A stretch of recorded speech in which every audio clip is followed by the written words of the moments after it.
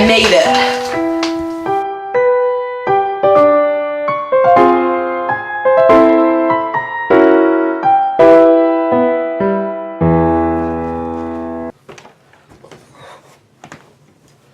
Okay.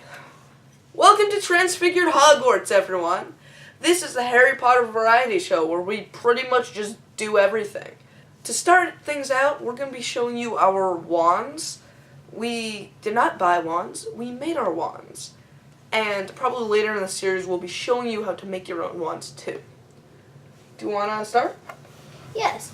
Okay, so this is my wand.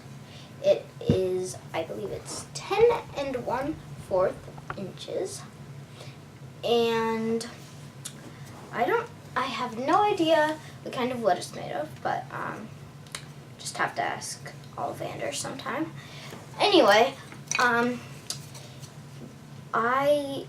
made it last summer, and it was finished right after, or was it before? Right as, I believe. Yeah, like right as the total solar eclipse was happening last summer. So, yeah. And how do you hold it? I hold it like this, put it like that, and grip it like down. Just go on. Wingardium Leviosa.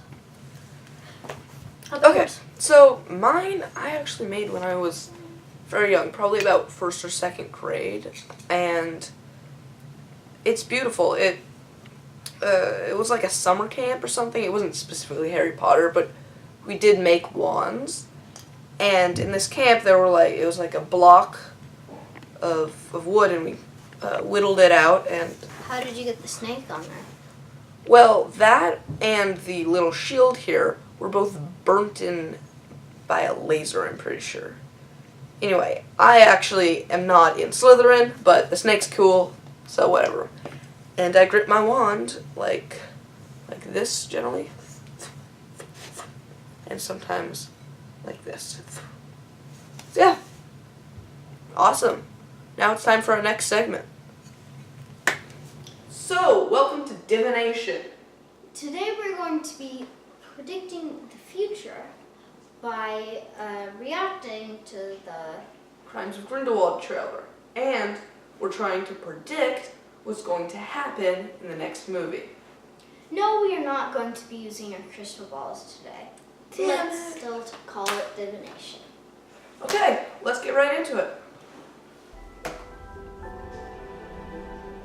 Oh, it's great to see Hogwarts again. That's an unusual one. No. What Mr. Scamander fears above everything else is... having to work in an office, sir. Go ahead, Newt.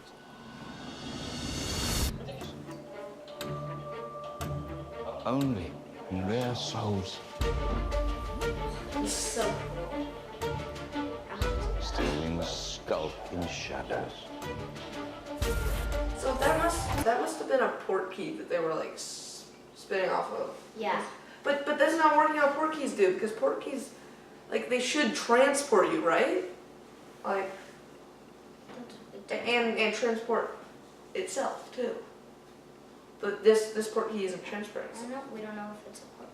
It's true, it could be something else.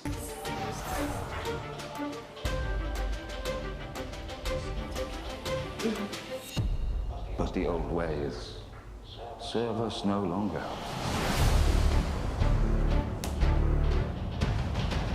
I take it you've heard the rumors.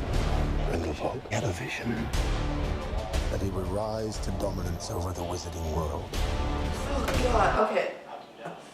The CGI on those cats was just like the worst thing ever. Like, come on, they're... Like, this is a big budget movie. I really hope they change it when the actual movie comes out. I can't move against Grindelwald. So when he's... Obviously, he's gay for Grindelwald. But when he's looking in the mirror, so that means he either lied about the socks thing, which is, I mean, Dumbledore doesn't lie that much. But it could change. Yeah, it could change. It could change. Your greatest desire could change. Because, I mean, by the Philosopher's Stone time, then it's... But something makes me doubt that. I don't know. Silence, Mr. Scamander. Their arrogance is a key to our victory. So is that like Credence letting out his like obscure? That's what it looks like. Yeah, that's what it looks like. So that means he's not dead, which is good. Muggles are not lesser.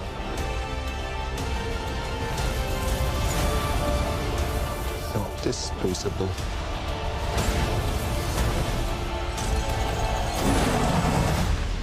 You're too good, Newt. You never met a monster you couldn't This love. is such a that's a good line. It kind of hits him hard. Oh, yeah. Yeah. The knife just stabbing him right in the chest. Yeah. Or someone going side or something. Credence!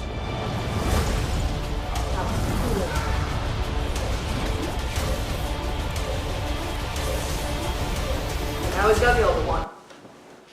Wow. Mr. Scamander! Do you think Dumbledore will mourn for you?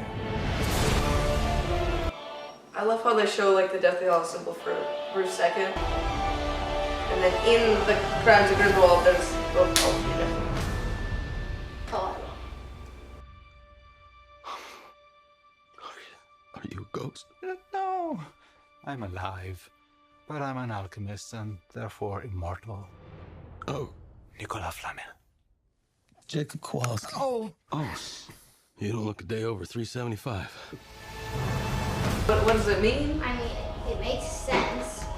Because, like, Wizarding World, Paris equals... Oh, is he in Nicholas. Paris? Oh He's yeah, French. yeah, from Yeah, we went to Beauxbatons. Yeah, wow. Do you have any thoughts and stuff on what you think we're going to be seeing here? Well, I think it looks like a great movie from... Well, obviously, yeah. It's like, I don't know. A more specific question here. Do you think we're going to see any, like, new Fantastic Beasts that, like, you know, Yeah. TV shows? Oh, that we haven't seen in the trailers. Yeah. Well, probably, because they probably... Well, I mean, obviously they don't include everything in the trailers. Mm-hmm. There are probably scenes or things. But, that, like, thing that he's riding underwater kind of looks like a giant piece of, like, seaweed. Yeah, yeah. We didn't see that in the first one, right? I don't think so. Also, the Ilvermorny houses correspond to a beast. And in the first movie, we had the Thunderbird, so many people are thinking that they will include a beast from one of the other houses. That would be very cool. Yeah. Like each Fantastic Beasts movie, there will be a different one. I think they do. I hope they do Pugwudgie. They might. The most powerful of them all. But yeah, there's also been this crazy theory going around where that Newt Scamander kind of found some way to eventually transform himself into an animagus. And You just get registered. yeah, and his animagus was a hippogriff. So in the third book. You think he's Buckbeak? Yeah, well, it's a theory that in the third book, since we do see him on the map, maybe We see him on the map. in the movie, there's a little that his name is moving around on the Marauders map. Oh, weird. Yeah, so if he found some way to like make himself an animagus, and Buckbeak, and then like it would make sense if he'd have a connection with Hagrid because They're both very similar. And you know how, like, I mean, Dumbledore gave Hagrid, even though, I mean, they both got expelled. And they both had a love for magical and non-magical beasts. Yeah. I just wonder if it is true that, like, does Hagrid know? And does Sirius know? Because, like, Sirius been so ripped Sirius. And in the books, I believe Buckbeak was at the Battle of Hogwarts. And what happened to did Hagrid take Buckbeak back after Sirius died? I don't know, but somehow Buckbeak, I believe, was at the Battle of Hogwarts and was maybe slain, but don't quote me on that. So, if he was Nicholas, not Nicholas Flamel, if he was Newt Scamander, Buckbeak is Nicholas and... It's a theory that, like, makes a lot of sense, but doesn't have that much evidence. So, do you think it's a possibility?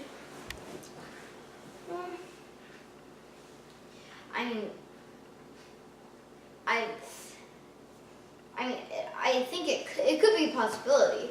I mean, like, but we do only have, like, one little piece of information. But the thing is, like, what would that why would, like, what other explanation? Like, I mean, there are a bunch of other. He could just have been visiting Dumbledore. Yeah. Like, in the castle. Yeah. Because he's probably still alive, even though he's really old. Wizards live a long time. Yeah. Dumbledore lived to like hundreds. Yeah. And Nicholas Flamel. Yep. Don't look a day over 375. Okay, well, that's it for divination for today. Let's go to the next. Okay, so the next thing we're going to be doing is we're going to be doing a little craft. So we're going to take these pencils and we're going to turn them into, well, we're going to make them look like wands, but have them be able to write like a pencil. Okay, so the first step is we're going to start by hot gluing whatever kind of design we want onto the pencil. In my case, my idea for a design involves a lot of lines going vertically up along the pencil. So, my design is I'm gonna do kind of like have kind of like a thick kind of ring close to the point, and then another like thick glob ring near the end. And then I'm gonna do some lines between.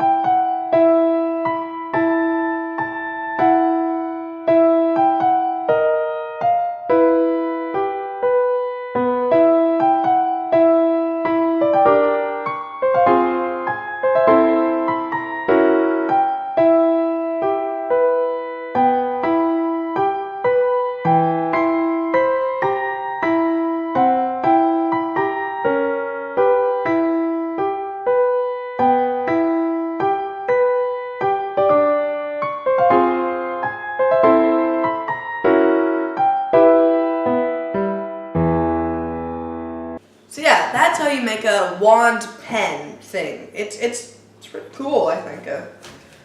Yeah. Mine turned out looking, I guess it was starting to look a little like the Elder Wand, so I added this like handle part, but... Yeah, that handle kind of looks like Harriet's wand. You have kind of a nice gradient here. Yeah, so I started darker on the bottom and then like gets lighter as it goes up. I also like, it's almost like there are like these big scales. Like it can be interpreted a lot of different ways. Like it kind of reminds me of like candle wax, like from the floating candles in the Great Hall, or like tree bark, or like scales of some like dragon or other magical creature. Very cool. And to confirm that this does indeed work, I'm writing right now, and it works. So yeah, that's how you make wand pencils. On to the next activity. So, after a long day of doing different classes, we've collected some homework. So right now, we're by the common room fire, and we're going to do some study. So right now, I have my copy of the Philosopher's Stone. And mine of Prisoner of Azkaban. And we're going to each pick a chapter, and we're going to study it and just see what we observe, and then Share it in the next episode, right? yeah. And after we pick, you can find that you can find these chapters in your copy, and you can follow along with us, and you can put your observations in the comments down below. What's your chapter? Chapter 14, Norbert the Norwegian Ridgeback. Okay. And my chapter is chapter 3, The Night Bus of book 3. Okay, so we're gonna get to studying, and you should too. We'll see you in the next one.